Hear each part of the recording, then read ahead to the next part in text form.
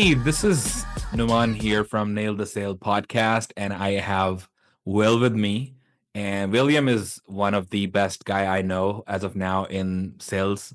And it's been a minute. We've been speaking in the text messages, and we are like in same masterminds and communities too. So it was an honor to connect with him and learn a lot, especially me. He told me a lot about referrals and stuff like that. So now I'll just give the mic to him and we'll ask him if you can tell us like a little bit about yourself, your background, what you do and all. Most of the bubble know that, but just for them who don't know. All right, Newman, thank you very much. Good to be here. Appreciate you having me on. For those who don't know me, I guess for the last 7 years, been working in the high ticket online space, mainly as a full-time online sales professional. Worked for a variety of different accounts, variety of different industries, closed a lot of deals.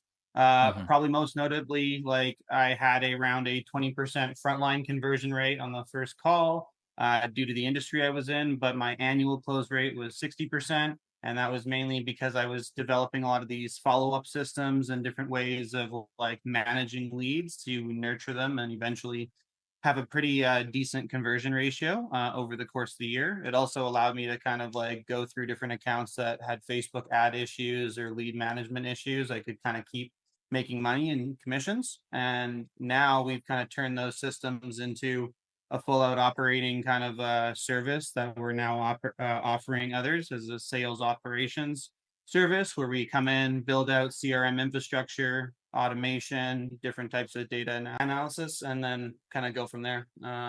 So it's been a fun little journey of building skill Absolutely. sets. Yeah, absolutely. And I remember I just watched your recording of the masterclass that you have provided like a lot of value in that. And you actually showcase the things that you've been doing for yourself and you realize that like how we can actually extract that hidden money in our CRMs, right? And a lot of business struggles with CRMs and they don't even know like what problems do they have. What why do you think like that is? And how does I mean how do you see that actually? The problem develops for a couple reasons, and it's kind of like a byproduct of like a good hunting season. So what I mean by that is they're investing money into ads. They have a sales team. They're getting conversion, and they're getting a pretty strong return on ad spend, maybe like 3 to 4 times, hopefully that. And they're stoked about that, and that's enough for them to keep that kind of party going. And when a lot of like newer sales reps come in, it's very easy for them to just be like one call killers, which I love. And honestly, if you Mhm. can close the deal on the first call, do it. But it's easy for them to like kind of out of sight, out of mind. And I used to be the Yeah. same way. Like whatever was on my calendar, that was what I was focusing on. Anyone that owed me money, that was what I was focusing on. But other than that, it was like, okay, those leads are dead to me. They didn't work out, right? And Yeah, you get that's right. emotional about them. But if you actually start to like have systems of like bucketing them, then you don't have to deal with them right away. But then when you have a little bit of a slower season, you can go back and kind of harvest those that have been like filling up slowly, and then now you can do certain actions on them. Yeah. I Uh, mean, I would say. yeah, I mean, lost leads are like often ignored, right? And we feel like, okay, I had a call. Now I have like another 6 calls booked on my calendar, F it, and Right. I'm not gonna go back. So like, what do you think? Like, how you can, as a sales rep, I'm not talking about as a business owner right now. As a Yeah. sales rep, how you can actually stay in your lane and just go back to them and actually systemize it. I know Well, like that's brief detail in the master class, but yeah. if you can just tell a little bit more. Well, yeah. Like I like how you use the word "stay in your lane" because my answer is the Yeah. same whether you're a business owner or a sales rep.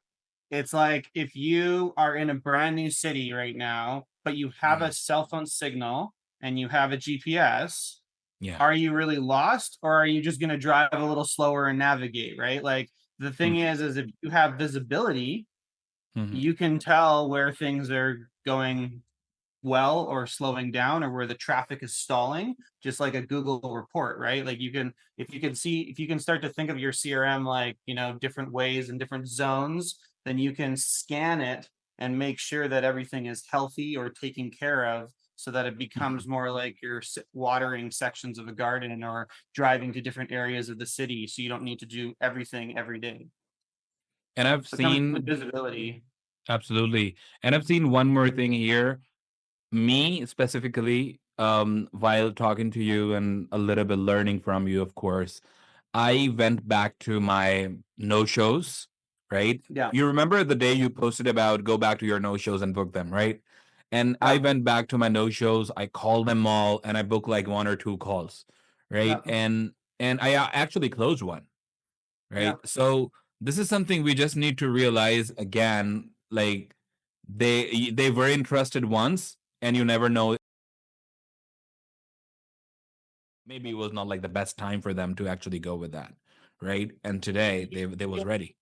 The challenge is you have to test your assumptions. Like, even if you're very perceptive and you know your offer really well, like, not everybody fits into every bucket, and you can't predict exactly why the person did or didn't show. So to me, you're right. Maybe their behavior would suggest they were a bit standoffish and not the best fit. Okay, maybe you don't prioritize those leads. But the ones that are kind of looked good on application, but maybe just never responded to something, maybe they were just Mm, busy. And if you have like systems of just like circulating, then it just becomes like habit. And my thing was is I got very busy because I started working on multiple accounts at the same time, yeah. which was good. But I needed to be able to kind of like manage two different pipelines or three different pipelines simultaneously.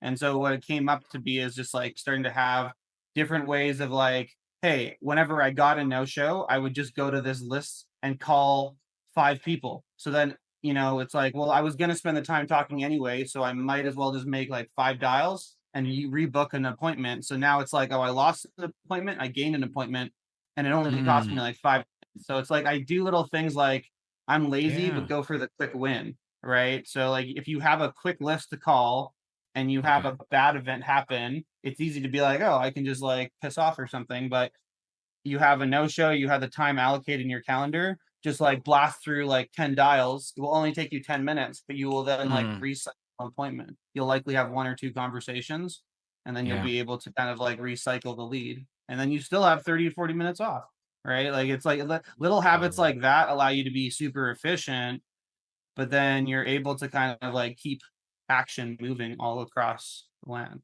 And that way you can actually outperform the superstars as well, right? Who are already like one call closing a lot.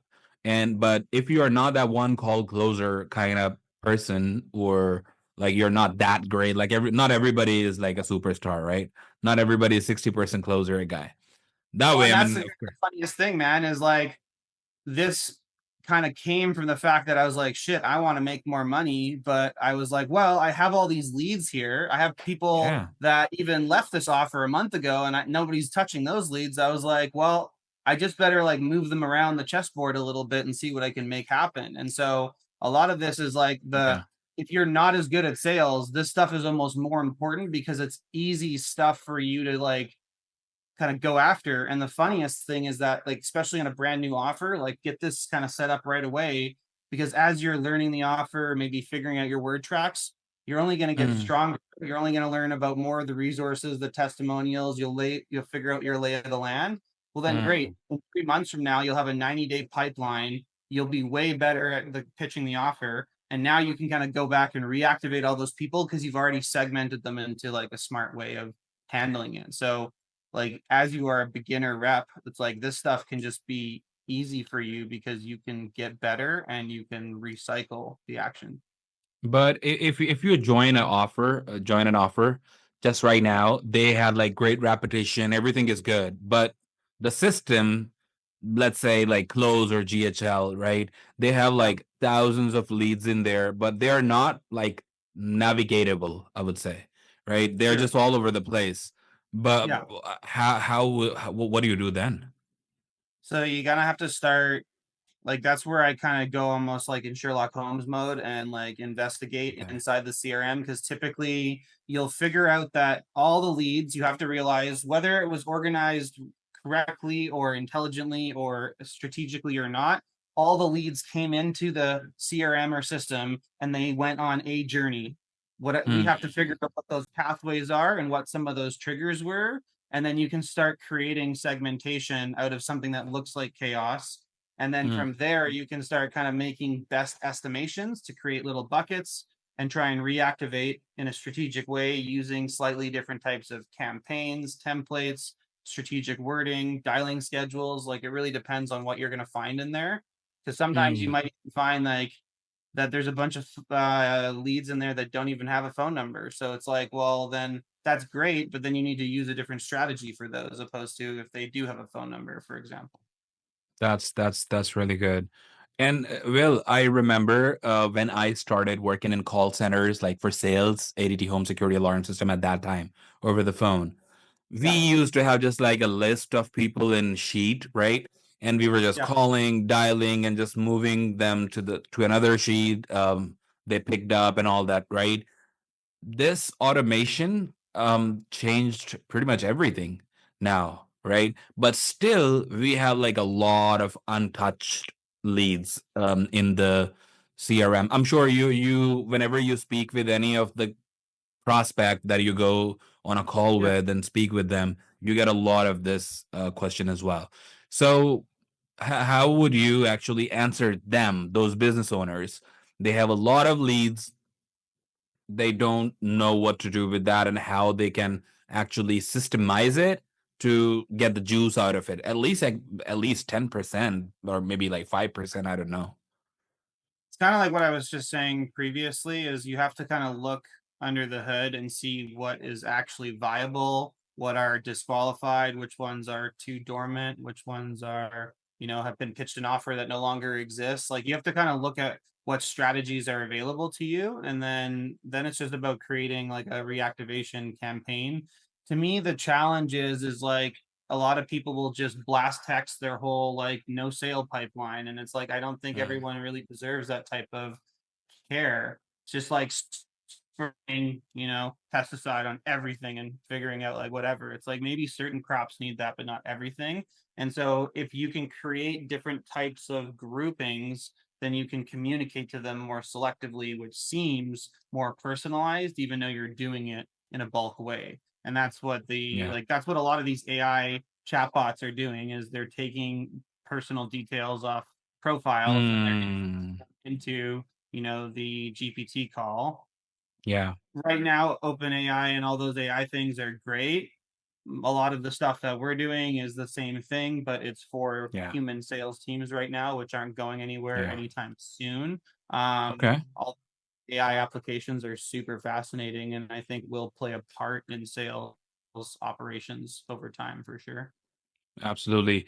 Well, what I think is like what you did or what you are doing. I mean, nobody else thought about it, right? I know there will be companies that are doing the same thing.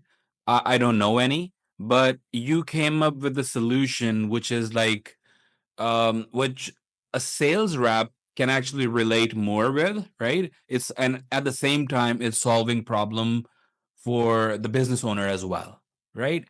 I mean, if I'm like a sales rep, I would never come up with this kind of idea that like, hey, that's exactly what I was doing for myself and I was just generating revenue for myself. So why not I just build this for you as well? Like what Well, made you like how did you came up with this idea?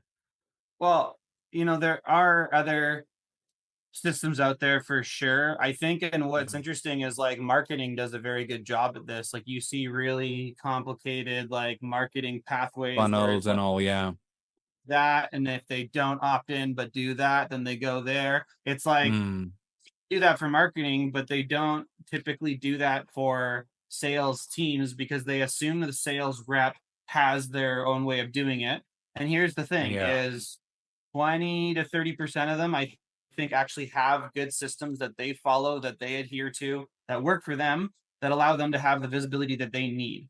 And like I talked to a lot of top sales reps, they all have different ways of creating the same type of outcomes.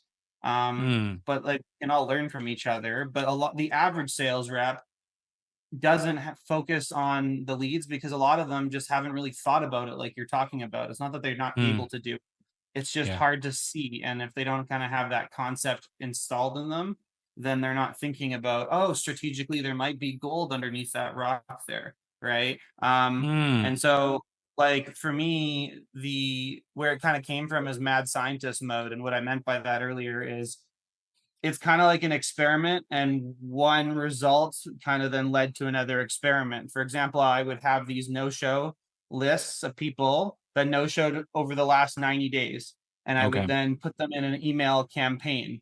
And then I was Okay. like, okay, this is interesting. Some of them responded positively. Let's see, Okay. let's rebook them. Some of Yeah. them responded negatively. Let's put them somewhere else. Some of them Okay. opened but they didn't respond. What do I do with them? Like, is that a good thing or a bad thing? And then some of them like didn't open them at all. So what do I do with them? So now it's Hmm. like now you create another question. It's like, okay, maybe I put these in a bigger bucket and don't Hmm. farm them as often. But then how Yeah. does that connect to the next bucket? Right. And you start kind of then creating all of these like little questions and Yeah. At logic least you are there. doing something with that now, right? They were just sitting idle for like they were lost deals for you, right? The Yeah. leads were just gone, and Yeah. at least you're doing something I with just it never now. gave up. I just never gave Yeah, up I on know them. you. This person it's good. You buy or die. No, I'm just kidding. Well, So I yes, mean, it's not even. mhm. I would say quickly that it's not even about buying or dying. That was not really my psychology. It's Yeah, I'm that just kidding. I know. the ones that I would, I know. I'm just saying, like, the ones that I would farm are the ones that I really remember our initial conversation and I felt genuinely that they wanted to change. Those was the Hmm. ones that I would really spend a lot of time long-term farming because every time I spoke with them, they could have just been paying me lip service, but a lot of them are like, no, I'm just trying to figure this out, or hey, I just really need a Yeah. break, or and I believed in them because sometimes you just need someone to be a little bit of a cheerleader for them. And that's Hmm. why they would come back to me because what other sales rep or company was consistently just being on the sidelines, being like, go them the whole time. And Hmm. that's all it takes for certain people to make a change sometimes because I've had those people for me in my life. And so, like, those are the Hmm. ones where it's like, if I had a real conversation and you shared something that you cared about, that you wanted to make a difference, and I believe my program was a good fit, well, then yeah, Hmm. like I feel obligated to not give up. So it's not buy or die. It's more like I want you to make a decision for yourself because I know in the times in my life when I made a decision and said yes or no and chose a pathway, it resulted in growth either way because it doesn't matter whether you were right or wrong. It matters whether you made the decision because so many times the stagnation not Yeah. making decisions, sitting on the Yeah. fork is really what creates more issues in your life than not as well. Absolutely. And what I learned is when you are consistent with even these small tweaks in your sales process, you are already above those a lot of other sales rep that are not doing it, right? So, I mean, even if you are an average sales rep and you are not that superstar, you're just starting out, or maybe this is your first offer, but you're just staying on top of their mind and actually calling them and speaking with them. Maybe they're receiving emails from you and stuff like that. That means at least now they know who you are. And it happens with us a lot of time when, like, whenever we buy something, right? Whoever follow ups a lot, we sometimes we feel like, okay, I know someone, I'll go with them, right? And that's exactly how other human buy too. So this is It like needs to be one of real. the It I'm needs to sorry, be real follow up. needs to be Like real, needs to be real, yeah. Needs to be like actual follow up. You are actually calling and telling them, not just actually bugging them and disturbing them. Actually just call them and see like if that's something now they need or not. I used to jokingly say that, like in dating or something, there's that concept of getting in the friend zone or something. But in follow up, that's almost kind of the edge you want to like ride there. It's like because it's like, yeah, if they're in your friend zone and they see you more as a buddy and you lose your authority, then that's not really Mm, good. But if mm, you're able to communicate them in a way that you would an acquaintance or a friend, where mm, you actually are invested in, like, hey, how's your family doing? How was your Christmas break? Like genuine, like, kind of interactions, or hey, mm, did you end up getting that sale, or did you end up making that weight loss goal? Like, you told me something, I'm caring about it. Like, giving a shit, like, that is actually what creates that energy of, like, hey, there's a reason for the other person to respond, because they feel that you actually are invested in their success as well. great. Yeah, that's awesome. Let's talk about like Volve a little bit because I was curious about that too. And Sure. ladies and gentlemen, Volve Ventures is the company Mr. William Odhams owns. He's a co-owner, and that's exactly what we were talking about. That's exact, and even more he does. And so you've been in sales for a while, right? You've been running sales team. You've been a sales professional too, right? And like, how do you approach creating systems that are like both scalable and practical for businesses? It's a good question. I would say, and this is kind of where the compliment between me and my business partner come in, is Mm-hmm. David is background in operations. He was COO for multiple 7 and 8 figure companies. He has very good experience looking at a business top down from a business owner and management perspective, what numbers and data and things that he would need to see in order to see whether there's good communication between marketing, sales, and delivery. My Mm. perspective is bottom up. I was the sales rep on the ground. I know what it's like to be day in the life and slogging it Yeah. out. So the systems need to be, like, battle friendly. It's just like people who Mm. design gear for military situations. Like, if it can't be used with a glove, then it's pretty useless, because it's going to be, it's like it needs to be something that's going to fit in that circumstance. And so the system, the data collection needs to be thought about of, like, how is the sales rep going to use it, and how does it Mm. tie in to what the business owner needs to be. So we kind of Yeah. build it like both directions. And when you Mm. think about systems, logic, and theory that way, then it's like you're able to kind of map all the situations. Because sometimes doing one thing for one sales rep to change an automation actually will screw up like a bigger picture here. So you have to kind of look at the ripple effects, Yeah. as well. Yeah.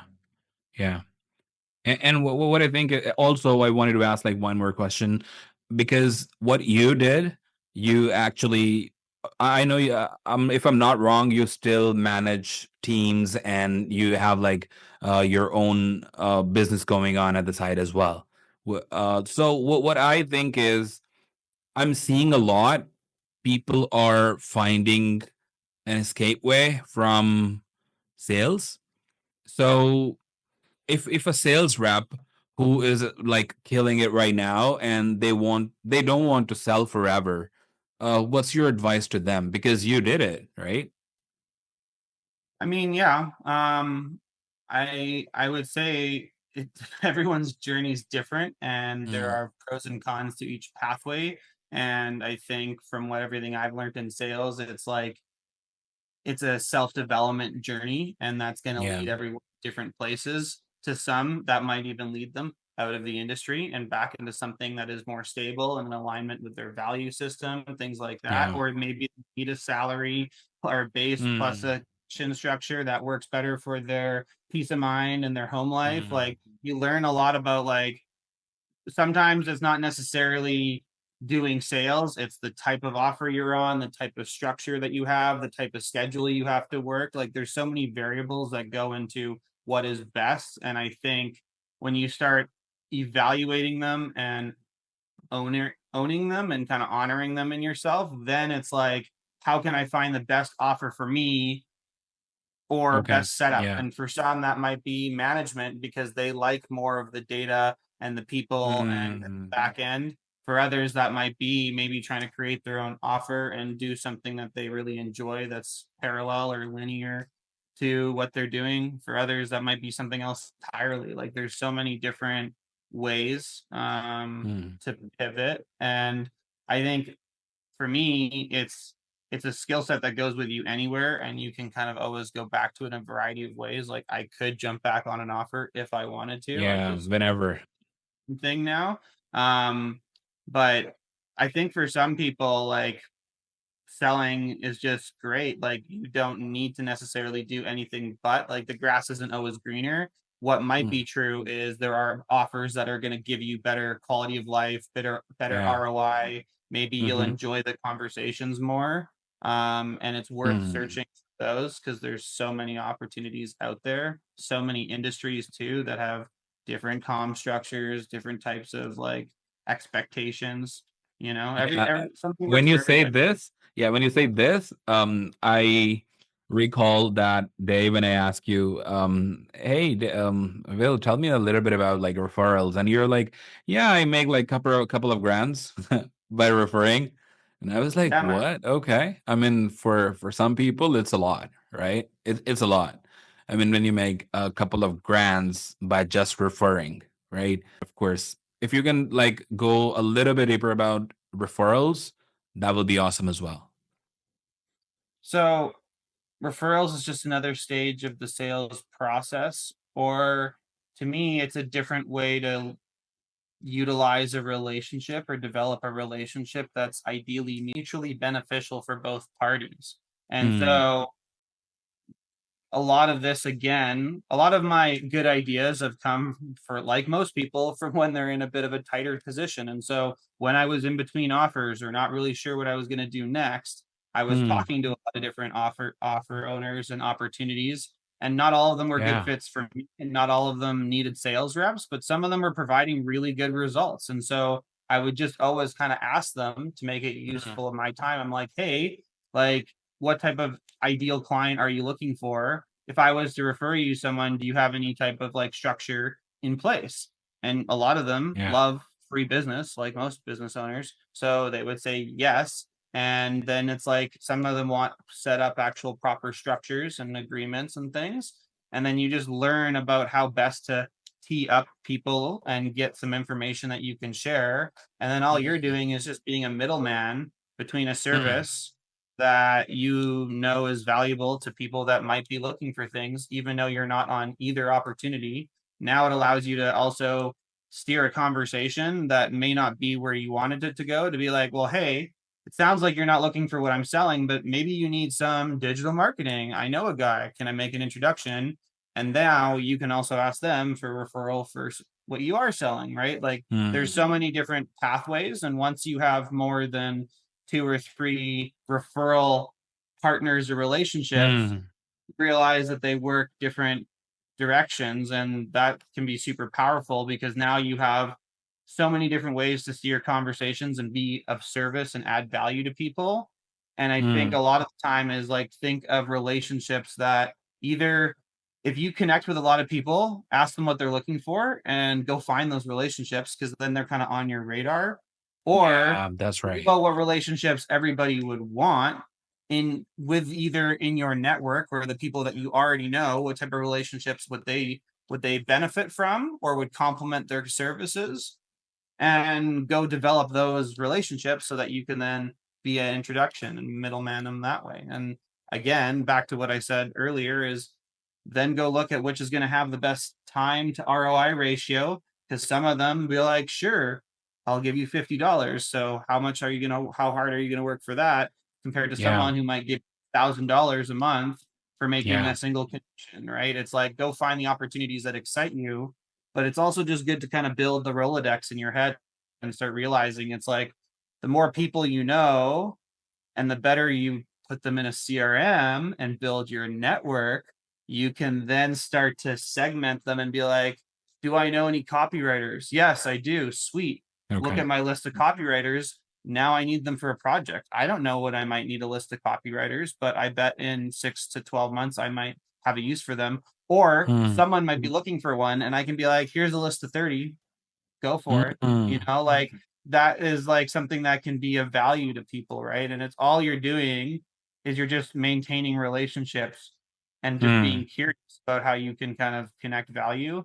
That alone can be its own little business model in and of itself, yeah, that yeah. that you can have. So That's great. I mean, again, this is something interesting, and it was actually 100% valuable. The last question I would have for you, Will, is like, what's the like big vision for Vol Ventures? Well, big vision for Valve Ventures is to actually become a software as a service company as well as a data as a service company, utilizing AI technology for sure. What we're going to be doing is having any CRM and any kind of platform plug into Valve the system, and that will be able to create all sorts of different types of analytics and dashboards, as well as point out where things are stalling inside your CRM and different ways to improve it. The neat thing is it will give us the ability to be able to do different types of two-way syncs with CRMs so that we can put in different types of follow-up systems and different types of data tracking analytics as well. So that's the vision there, is to then grow and scale that to a proper size and see what type of impact we can have, which will be exciting.